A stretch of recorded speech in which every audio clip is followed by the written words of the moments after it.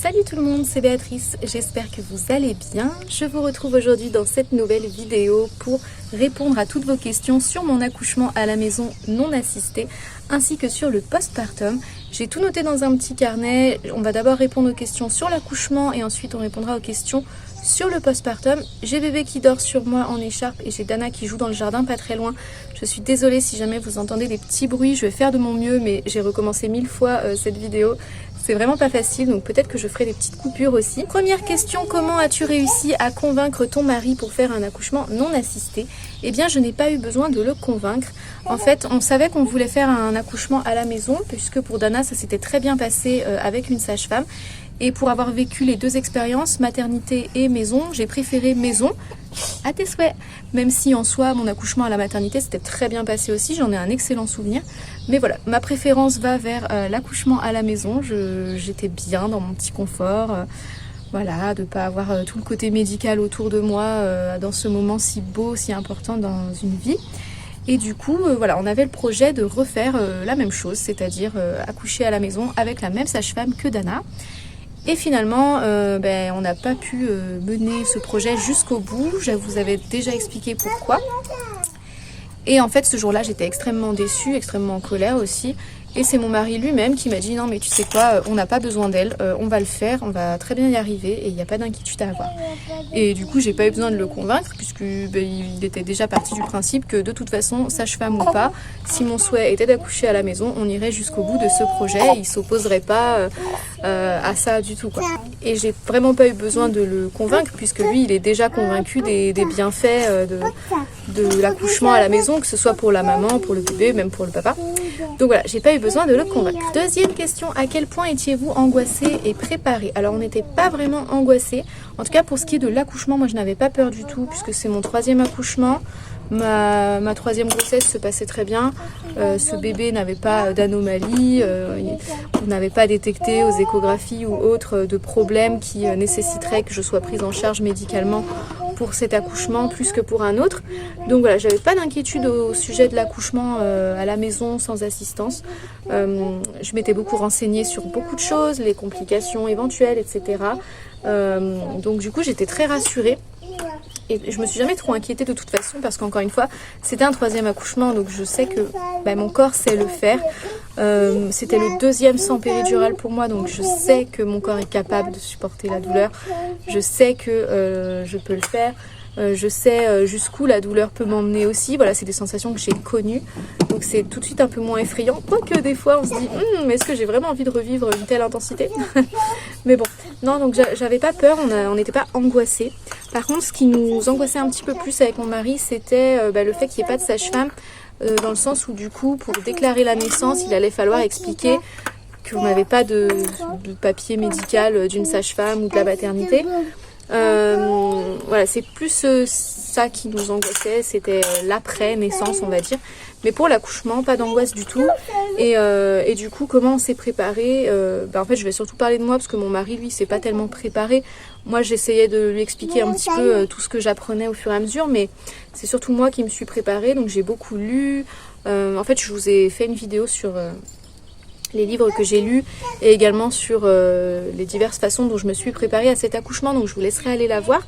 Mais voilà, j'étais bien préparée sans forcément ne penser qu'à ça non plus, quoi, parce que encore une fois c'est un troisième accouchement, c'est le deuxième à la maison et le deuxième sans péridurale, donc je pense que j'étais déjà quand même assez bien préparée. J'ai pas ressenti le besoin de faire quelque chose de très très poussé.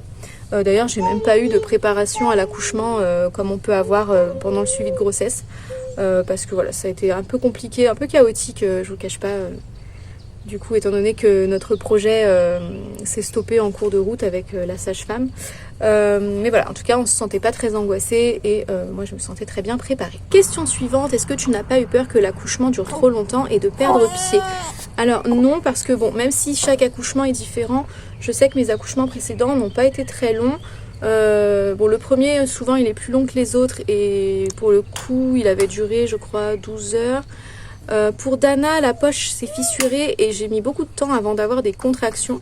Mais entre les premières vraies contractions et la sortie de Dana, seules quelques heures se sont écoulées, donc c'était quand même très rapide. Et pour ce bébé-là, en 4 heures, c'était plié. Donc voilà. Mais non, j'avais pas peur que ce soit trop long parce que j'avais décidé de toute façon de ne pas regarder l'heure, de ne pas me mettre des chiffres dans la tête, histoire de ne pas me stresser. Et donc, en fait, que mon accouchement soit long ou pas, je ne le sais pas. Je ne le sais qu'à la fin puisque voilà, je ne regarde absolument pas l'heure. Et j'étais assez choquée d'ailleurs que ça n'ait duré que 4 heures. J'ai trouvé que c'est passé super vite. En fait, j'avais même presque l'impression que ça avait duré moins que 4 heures parce que j'ai trouvé que ça passait très très vite. Donc non, j'ai pas eu cette peur-là et j'ai pas eu peur de perdre pied non plus. J'étais vraiment très très confiante parce que voilà, encore une fois, je savais que je l'avais déjà vécu. Mon corps a déjà accouché 2 fois et il a déjà vécu une fois toutes les sensations d'un accouchement physiologique. Donc je n'avais absolument pas de crainte par rapport à ça. Je me sentais tout à fait confiante, capable, puissante et forte. Question suivante, as-tu eu une déchirure? Non, alors je n'ai pas été auscultée par une sage-femme ou autre pour vérifier, mais au niveau des sensations, je sais que je n'ai pas eu de déchirure, puisque bon, quand même, une déchirure, tu la sens sur le moment ou après, lorsque tu vas faire pipi ou autre. Par contre, pendant 3-4 jours, j'ai senti des tout petits picotements quand je faisais pipi, et donc je pense que j'ai eu des toutes petites éraillures qui se sont résorbées toutes seules en seulement quelques jours. Alors souvent, je mettais un cataplasme d'argile pour la nuit, et puis la journée, bah, voilà, je nettoyais comme d'habitude, je séchais bien et je laissais ça tranquille. Mais c'était vraiment très très léger, hein, c'était pas quelque chose de très douloureux, de très embêtant. Avec un miroir, j'arrivais pas à voir quoi que ce soit, donc je pense que si j'avais des éraillures, c'était vraiment très léger. Et c'est complètement passé. D'ailleurs, pour tout vous dire, lorsque j'ai repris les rapports, j'avais un tout petit peu peur que ça me fasse mal ou autre, et en fait pas du tout. Donc vraiment c'est passé en quelques jours à peine et c'était de toute façon extrêmement léger comme sensation. Question suivante, est-ce que tu étais contente du coup que ça se fasse sans sage-femme? Oui, clairement, oui. Avec le recul, j'ai presque envie de lui dire merci à cette sage-femme de nous avoir laissé tomber parce que du coup c'était mon plus bel accouchement, mais vraiment j'ai adoré cet accouchement. Et pour tout vous dire, autant j'ai toujours eu envie d'une famille nombreuse, autant je peux avoir un petit peu l'envie d'un 4e, autant j'ai surtout envie d'un 4e accouchement, plus que du 4e bébé. Pour vous dire à quel point j'ai aimé cet accouchement. Donc oui, en fait, je suis très très contente finalement qu'il n'y ait pas eu de sage-femme, parce que je pouvais vraiment être totalement dans ma bulle. Puis il n'y avait juste pas besoin, quoi. Enfin, il n'y avait vraiment pas besoin d'intervenir, pas besoin de contrôler quelque chose. Donc non, j'étais très contente que ça se passe comme ça finalement. Question suivante, comment s'est passée la déclaration de naissance? Alors nous, on avait prévenu la mairie, enfin le maire qui est aussi notre voisin, parce qu'on habite à quelques pas, hein, on est dans un tout petit village. On avait prévenu que l'on accoucherait à la maison. Au départ, c'était prévu avec une sage-femme, donc on avait expliqué qu'il y aurait un petit papier de la sage-femme. Mais voilà, on avait prévenu, de toute façon ils avaient bien vu mon gros bidou, ils savaient que j'étais enceinte. Et voilà, on avait préféré prévenir pour qu'ils puissent se renseigner un petit peu sur la marche à suivre, parce qu'on se doute bien que dans un tout petit village comme ça, des naissances, il n'y en a plus depuis très longtemps. Et en fait, dans la commune, qui est pourtant bien plus grande, dans laquelle on vivait avant, ça avait été compliqué de déclarer la naissance de Dana alors qu'on avait les papiers de la sage-femme. Donc là, on s'est dit, cette fois-ci, on anticipe, on va bien prévenir, comme ça, ils ont le temps de regarder ce qu'ils doivent faire. Et quand on a su que finalement la sage-femme ne serait pas là, on a également prévenu, voilà, on a dit finalement il n'y aura pas de sage-femme, on sera que nous. Et donc le maire, encore une fois, s'est renseigné pour savoir ce qu'il fallait faire. Et du coup, il n'y a vraiment pas eu de souci. Au moment de la naissance, on a fait un message au maire, il est passé voir le lendemain et on y est allé, je crois, le surlendemain. Je sais plus exactement, mais en tout cas dans le délai prévu par la loi. Et voilà, on est allé faire la petite déclaration de naissance. Moi, du coup, j'étais venue, parce que c'est à quelques pas de la maison, la mairie. Donc, je suis venue à pied, avec bébé en écharpe. Dana était là aussi. Donc, on était tous ensemble pour déclarer la naissance de Zoé. Et d'ailleurs, là, on a eu le livret de famille il n'y a pas longtemps, parce que sur notre ancienne commune, ils avaient oublié de mettre qu'on était mariés. Alors que c'est eux qui nous ont mariés. Enfin, on s'est mariés sur la mairie de l'ancienne commune quand même. Bon, bref, tout ça pour dire qu'ils n'étaient pas au point, je pense. Mais ouais, du coup, si on peut, c'est bien d'anticiper, parce que voilà, ça peut éviter des couacs. Et c'est ce qui s'est passé pour nous, du coup. Donc on était bien contents que tout aille bien. Question suivante, personne ne vous a rien dit. Alors j'imagine que cette question, c'est plutôt, voilà, est-ce que vous avez été jugé? Est-ce que quelqu'un a eu peur de votre projet, ou est-ce que après l'accouchement vous avez eu des jugements ou des soucis? Non, pas du tout. Après, on n'en a pas parlé non plus à tout le monde. Moi, mes parents étaient au courant, ils étaient très soutenants là-dessus.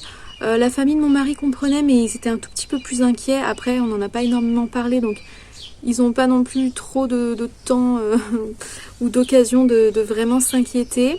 Et sinon, non, on n'a pas eu de soucis particuliers. Pour l'instant, on n'a jamais eu de jugement à ce propos-là. On va croiser les doigts que ça continue. De toute façon, c'est fait, hein, j'ai envie de vous dire. Mais non, il n'y en a pas eu. Et de toute façon, pour tout vous dire, même si un jour quelqu'un nous juge là-dessus ou nous traite d'inconscient ou je ne sais quoi, ça va pas me faire grand-chose parce que je sais pourquoi je l'ai fait. Je sais qu'on était bien préparé, bien renseigné, donc je pense pas que ça puisse vraiment trop me toucher. Question suivante, quelle a été la réaction des filles? Bah, elles étaient juste trop contentes, mais ça j'en ai parlé un petit peu dans mon récit d'accouchement, donc je vous laisserai aller voir, mais elles ont été super contentes et ça ne les a pas du tout inquiétées. Question suivante, comment ça se passe au niveau des tests pour la jaunisse, le test de Guthrie, les tests d'audition, etc. Alors ça c'est une vraie question parce que du coup, moi je savais pas trop.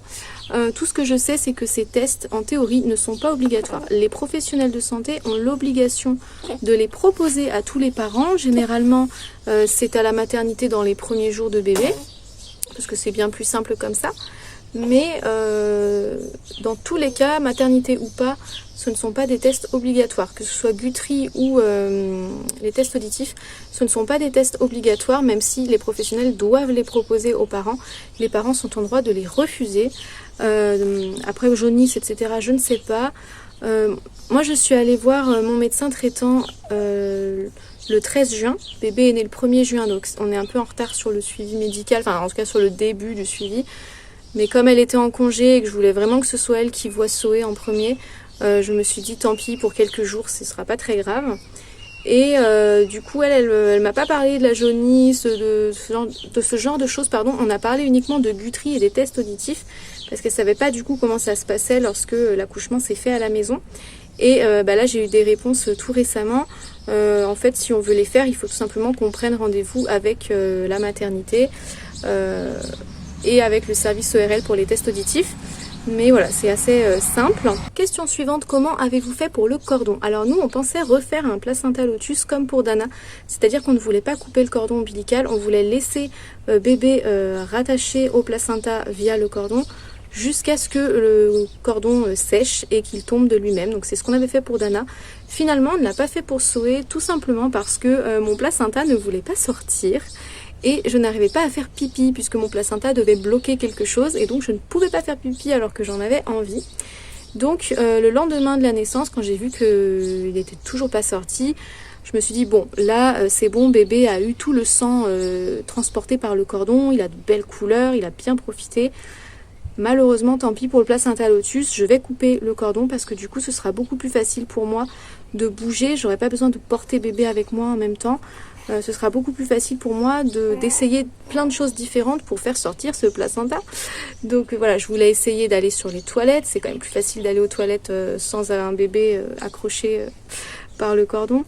Je voulais essayer une douche chaude, je voulais essayer diverses positions, plusieurs endroits de la maison aussi. Et du coup voilà, j'ai coupé le cordon. Alors nous on avait encore du matériel pour couper le cordon, puisque lorsque Dana est née avec la présence d'une sage-femme, la sage-femme nous avait laissé 2 pinces à clamper et une paire de ciseaux donc spécialement pour s'occuper du cordon. On avait gardé ça dans une boîte et du coup on s'en est servi pour couper le cordon de Zoé proprement. Voilà. Comment on a fait pour le cordon. Et dernière question concernant l'accouchement, est-ce que vous avez prévu d'aller voir une sage-femme, enfin de faire venir une sage-femme ou bien d'aller à la PMI dans les 8 premiers jours pour bébé? Eh ben non, on l'a pas fait, c'est vrai que je n'y ai pas pensé. Alors sage-femme c'est compliqué parce que j'en connais pas qui pourrait peut-être le faire. Enfin je pense que j'osais juste pas demander en fait. Et PMI, je vous avoue que je n'y ai même pas pensé. Comme je vous l'ai dit, moi je voulais que ce soit notre médecin traitant qui voit Zoé, parce que je voudrais qu'elle soit le médecin traitant de Zoé également. On s'entend très bien avec elle, tout se passe très bien pour moi et pour Dana, donc voilà, je voulais pas changer de médecin traitant. Et du coup, j'ai appelé, bébé est né samedi, j'ai dû appeler dès le lundi ou mardi pour pouvoir prendre un rendez-vous. Et malheureusement, elle était en congé cette semaine-là. Donc j'ai dû attendre son retour, elle n'avait de la place qu'à partir du 13. Donc j'ai pris le premier rendez-vous disponible en fait le 13 juin. Et donc bébé a vu le médecin le 13 juin. Donc on n'est pas dans les 8 premiers jours, mais bon tant pis, je savais de toute façon qu'il allait très bien, j'étais pas inquiète. Je veux dire, il tétait bien, on avait loué une balance à la pharmacie pour pouvoir le peser, mais bon elle était un peu défectueuse, mais au moins on voyait qu'il prenait du poids et tout ça, donc voilà, on n'était pas très inquiets. Recoucou, alors je me suis mise à l'ombre parce qu'on était littéralement en train de cuire. Je vais continuer du coup avec les questions sur le postpartum. Alors il y en a eu pas mal, mais en fait elles se regroupent souvent autour des mêmes sujets. Déjà on me demande comment ça se passe, comment on va et comment je gère avec 2 petits en bas âge puisque Dana a 2 ans et Zoé a 2 semaines, avec les 2 chiens, la maison, enfin voilà tout ce qu'il y a à gérer, en sachant que mon mari n'a eu qu'une semaine de congé paternité. Ça pour le coup je vous ferai une vidéo dédiée à ce sujet parce qu'il y a pas mal de choses à dire et j'ai envie de pouvoir aider beaucoup de monde, donc je ferai une vidéo dédiée à ce sujet pour donner tous mes conseils, toutes mes astuces, voilà, tout ce qui m'aide moi au quotidien à gérer le postpartum avec 2 enfants en bas âge, une maison, 2 chiens, etc. Bref, parce que je sais que c'est une période difficile, c'est une période très fatigante. Et voilà, si on peut s'entraider, si on peut se donner des petits tuyaux, bah, c'est toujours cool. Donc je ferai une vidéo sur le sujet si ça vous intéresse. Donc n'hésitez pas à me dire en commentaire si vous avez envie que je la fasse ou pas. Sinon, on m'a posé beaucoup de questions autour du co-allaitement. Voilà, est-ce que je co-allaite? Est-ce que Dana a bu du colostrum? Est-ce que j'ai l'intention de continuer l'allaitement pour Dana ou pas, etc., etc. Alors moi, je suis pour l'allaitement non écourté, c'est-à-dire que je suis pour le sevrage naturel des enfants. Il faut savoir que les études d'anthropologie ont prouvé que le sevrage naturel pour un petit humain se fait entre 2 ans et demi et 7 ans environ. Voilà, on n'est pas fait pour arrêter de téter à 9 mois. Pas de jugement pour celles qui n'allaitent pas ou n'allaitent plus. Simplement, voilà, si on veut essayer de respecter la physiologie au maximum, eh bien, il faut savoir que le sevrage naturel se situe plutôt entre 2 ans et demi et 7 ans. Après, chaque enfant est différent, bien sûr. Mais voilà, ça, c'est, en tout cas, ce n'est pas du tout anormal d'allaiter durant plusieurs années. Et voilà, moi, je voudrais pouvoir sevrer mes enfants naturellement, c'est-à-dire les laisser décider du jour où ils n'ont plus besoin de téter. C'est quelque chose qui se fait progressivement et naturellement. Et du coup, c'est le cas pour Dana, donc je n'ai pas l'intention de la sevrer. Alors parfois, il y a des petits ajustements qu'on va faire pendant l'allaitement. Par exemple, depuis que Zoé est née, je n'ai pas toujours envie qu'elle tète en même temps que lui. Parce qu'elle, dès qu'elle voit le néné, forcément, elle a envie de téter. Et donc, des fois, elle vient me voir, moi aussi, je veux téter, ou carrément, elle vient s'installer au sein. Et moi, j'ai pas toujours envie. Donc, parfois, je lui dis, non, Dana, tu attends ton tour, là, j'allaite Zoé. Donc voilà, pas de sevrage prévu, mais parfois quelques petits ajustements parce que je veux que ça reste aussi un plaisir pour moi. Il faut pas allaiter à contre-cœur non plus. Donc voilà, ces petits ajustements-là, en tout cas aujourd'hui, ils me suffisent largement pour continuer de bien vivre l'allaitement de Dana. L'allaitement de Zoé se passe très très bien. Il a tété quelques secondes après être sorti de moi, donc pas de souci de ce côté-là. Et est-ce que Dana a bu du colostrum? Oui, de toute façon, elle en avait déjà bu pendant la grossesse, puisqu'elle a tété tout au long de la grossesse, même lorsque je n'avais plus de lait et même lorsque je commençais à produire un peu de colostrum. Ça ne l'a jamais dérangé. Parfois, ça a pu modifier un petit peu ses selles, mais ça n'a jamais duré plus que quelques jours et ça ne l'a jamais gênée, elle. Je veux dire, elle se plaignait pas de maux de ventre ni de quoi que ce soit. Simplement, voilà, la couleur ou l'odeur de ses selles pouvait être un peu différente. Voilà pour les questions au sujet de l'allaitement. Question suivante, comment Dana vit-elle l'arrivée de son petit frère? Est-ce qu'elle est jalouse? Est-ce que c'est pas trop dur pour elle de perdre sa place de petite dernière? Alors jalouse, je ne sais pas, mais je ne pense pas, parce qu'elle adore son petit frère, ça c'est sûr. Elle est tout le temps en train de lui faire des bisous, des câlins, elle veut lui lire des histoires, lui chanter des chansons. Elle a une complicité avec lui, mais incroyable. Des fois, lorsqu'elle l'entend pleurer, elle me dit « Maman, va voir le bébé ». Des fois, le premier truc qu'elle me dit le matin, c'est « Je veux faire un bisou à Zoé » ou « Je veux aller voir le bébé ». Enfin, vraiment, elle adore son petit frère, elle en est gaga. Et des fois, elle veut jouer avec lui, elle veut lui donner des jouets et tout, mais bien sûr, il est encore trop petit. Hein. Mais voilà, elle a vraiment une très belle complicité et beaucoup d'amour pour son petit frère. Elle est assez protectrice aussi. Donc vraiment, c'est une très très belle relation qui est en train de se tisser. Après... je pense que c'est pas toujours facile pour elle parce qu'il y a forcément des choses qui changent lorsqu'un bébé arrive. Elle doit bien voir que papa et maman sont plus fatigués. Parfois, moi, je lui demande de patienter pour téter et ça doit pas être évident parce que jusqu'ici, c'était assez rare que je lui demande d'attendre. Bon, ça pouvait arriver lorsque j'étais occupée et que j'en avais pas pour très longtemps à terminer. Mais là, c'est plus souvent. Et puis surtout, bah, voilà, non seulement elle doit patienter, mais en plus, elle voit que son petit frère tète et pas elle, quoi. Donc à part ces petits moments-là qui heureusement sont pas non plus trop fréquents, enfin je veux dire ça représente pas non plus l'entièreté de la journée. À part ça, non, franchement, j'ai vraiment pas l'impression qu'elle le vive mal. Après, ça reste une enfant de 2 ans, avec toutes les tempêtes émotionnelles que ça peut impliquer. Et en ce moment, Dana, elle a beaucoup de mal à gérer la frustration et surtout la fatigue. Et ça, je pense que c'est le plus dur. Parce que du coup, comme c'est compliqué de l'endormir le soir, parce que je peux pas toujours lui donner le sein quand elle voudrait, et du coup, souvent ça retarde un peu son heure de coucher parce qu'elle lutte. Et du coup, elle est très fatiguée. Et donc fatigue plus frustration égale, elle gère plus du tout. Elle veut jeter les choses par terre, elle veut mettre des coups de pied. Enfin voilà, ça c'est très compliqué. Et du coup, pour moi, c'est pas forcément facile de gérer ça parce que j'ai souvent bébé dans les bras. Donc pouvoir aller lui faire un câlin, la contenir, lui parler lorsqu'elle vit ces tempêtes-là, c'est pas évident avec un bébé dans les bras. Mais bon, ça se fait. Question suivante, est-ce que tu veux un 4e bébé? Est-ce qu'un 4e bébé est prévu? Compliqué pour moi aujourd'hui de répondre à cette question. Il y a encore pas si longtemps, je vous aurais dit on part plutôt sur un oui parce que j'ai toujours rêvé d'une famille nombreuse. J'adore les bébés, j'adore les enfants, j'adore être maman. J'ai adoré accoucher, donc en fait j'ai très envie d'accoucher à nouveau. J'ai du mal à me dire peut-être que je n'accoucherai plus jamais. Donc je pense qu'un jour j'aurai un 4e bébé parce que juste je sens pas que c'est le dernier. Et surtout, je sens pas que c'est un dernier accouchement. Mais j'en suis pas forcément sûre non plus. En tout cas, ce qui est sûr, c'est que c'est pas du tout le projet du moment. De toute façon, je vois bien que c'est sportif, 2 enfants d'âge rapproché. Donc, quand bien même ce serait un projet, je pense que ce serait pas pour tout de suite. Et voilà, certaines choses font que c'est vraiment pas la question qui est à l'ordre du jour en ce moment. Mais ouais, tout au fond de moi, je pense que il y a quand même de grandes chances qu'un jour l'envie du 4e vienne me titiller, notamment parce que j'ai très envie de revivre une très belle naissance.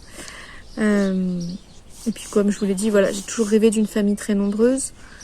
Maintenant, j'ai pas un chiffre arrêté et je veux pas faire des enfants pour faire des enfants non plus. Donc il y a plein de questions qui se poseraient de toute façon avant. Est-ce que financièrement on pense que c'est encore jouable ? Est-ce qu'on pourra continuer de mener une vie suffisamment confortable avec toutes les dépenses que ça peut impliquer en plus, et puis avec toute la fatigue aussi que ça peut impliquer, parce que on est bien fatigué en ce moment. Mais ouais, donc je peux pas vous donner une réponse vraiment arrêtée sur cette question-là.